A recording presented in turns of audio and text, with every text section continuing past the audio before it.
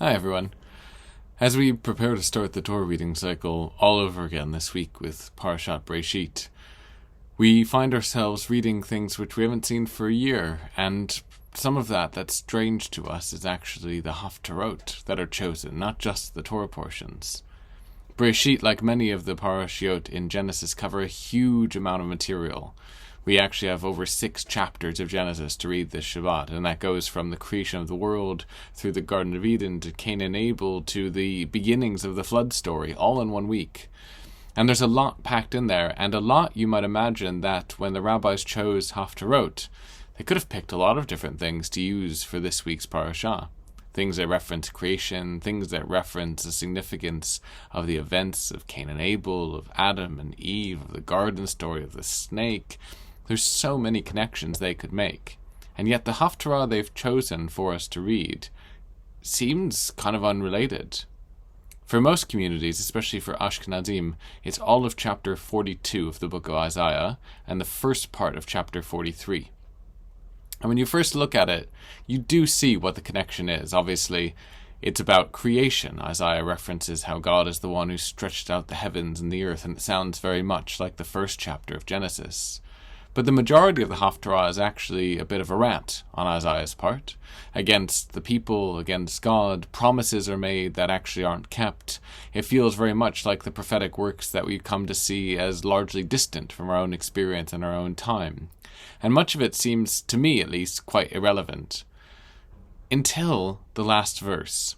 And I don't think I've really realized until sitting down this year the significance of that last verse. Because the last verse of the Haftarah, chapter 43, verse 10 of the book of Isaiah, has these words: Atem Eidai Nu'um Adonai, ve'avdi asher bacharti. You are my witnesses, says God, my servant who I am chosen. There's something incredibly powerful about this idea here that actually isn't really conveyed in the text. Atem Eidai, you are my witnesses. I think actually the rabbis may have had in mind this idea when they connected this Haftarah to the parasha of Genesis.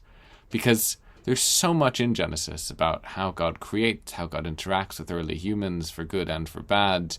And when we read all of it, partially we need to step back and think, what is our relationship to this? What's our understanding of what's going on?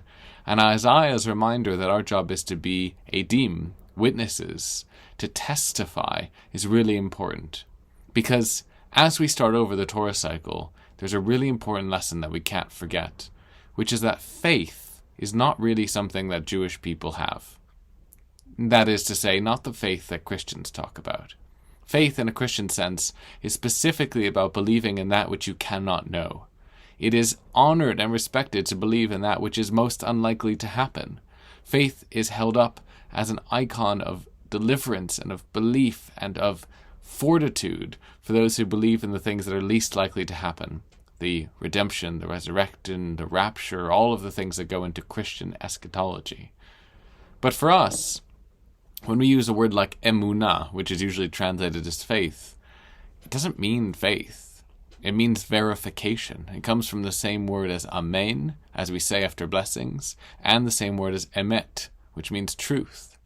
And indeed, when we respond to a blessing and say amen, we're saying, yes, that's true, I agree. We are testifying to that. We are being witnesses.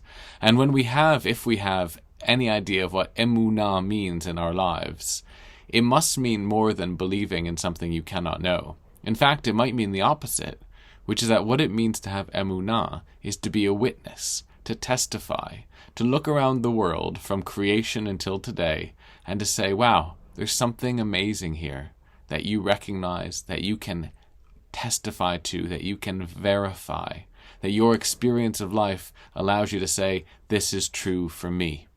And actually, that's really important for us to remember, even as we begin the Torah reading cycle, that when we talk about the faith that we're meant to have, it isn't necessarily what we've been brought up to think. It's something far more that requires our active engagement with the text, questioning it, doubting it, struggling with it. Because only if we do that can we really verify it for ourselves, compare it to our experience. And only then can we get up and say that we are edim, as God has asked us through Isaiah to be. being a witness is a big responsibility. And as we start the new cycle, it's important perhaps for us to embrace that responsibility, to be witnesses, and to be witnesses for the creation of the world in which we live. Shabbat Shalom.